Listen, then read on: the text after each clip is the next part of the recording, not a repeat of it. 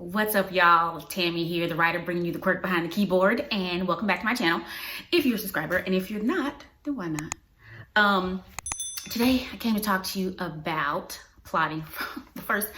I really want to put on some makeup for y'all, but I just really didn't feel like it. So you get my raw, naked face. I am giving you a very bold purple lip because I don't want to completely terrify you by coming on here with no makeup at all.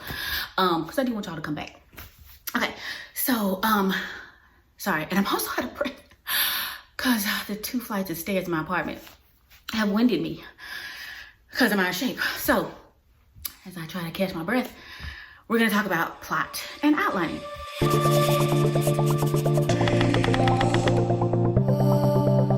And I said before that, like, I'm not really trying to teach anybody anything because, like, I'm still a newbie myself, so I really don't feel like I have the expertise and experience to teach people things, but I do want to come here and kind of discuss my process that I'm working on now. You know, it could mature into something else, and if you like it, you can try it. You can incorporate it into your own writing.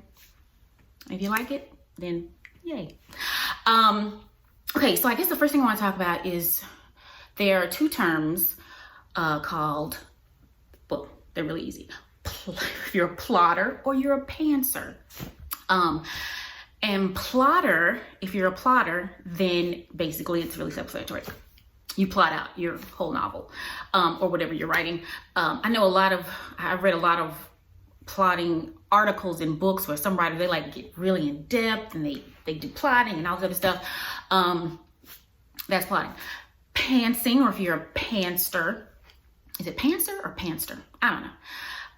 And it's basically when you fly by the seat of your pants. Stephen King is a famous pantser, where it's basically you just start writing and you kind of see what happens.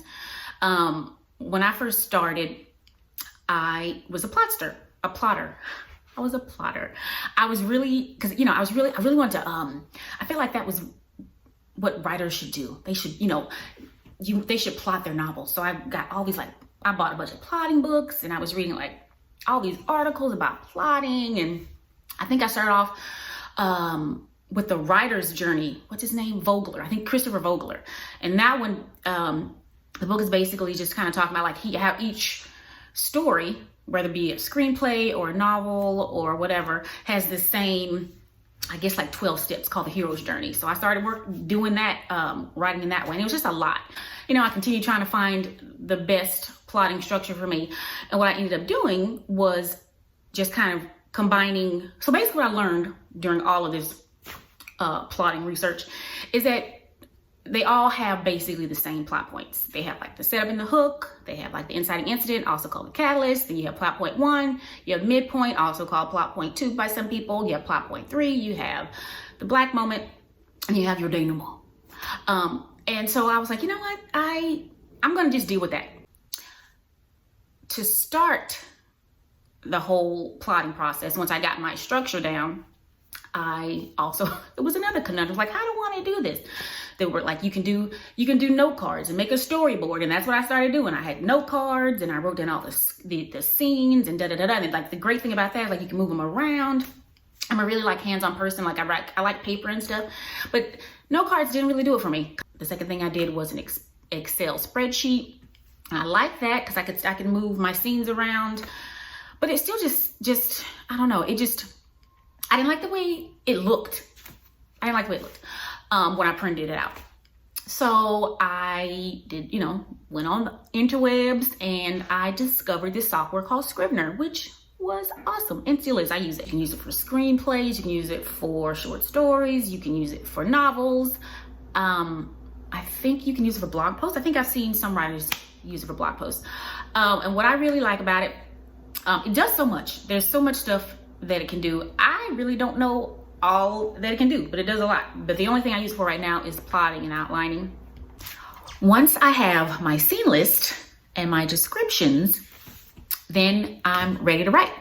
Man, I say a lot and so a lot, and there's another word I say a lot, so I apologize. I'm gonna do better.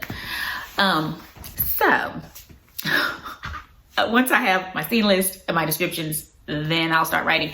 And like I said, sometimes I'll have holes. And I'm okay with that. Because to me, it's like, I say like a lot too. But plotting and writing, it's like putting together a puzzle. And you have to provide the pieces. Sometimes you don't have all the pieces. But once you start moving things around, you kind of get the feel of like what it's supposed to look like. And then other pieces come in. It's like a puzzle, but it's also like building a Frankenstein. It's like you have all these random pieces and then you put them all together and you have this weird, depending on what you're writing, this weird, beautiful thing. And then you're like, you're Dr. Frankenstein. What you talking about, Willis? So after that Frankenstein comment, I'm gonna go. I'm hungry and I'm not making any sense. So you know what to do. Please comment if you have anything to say, and I will see you next week.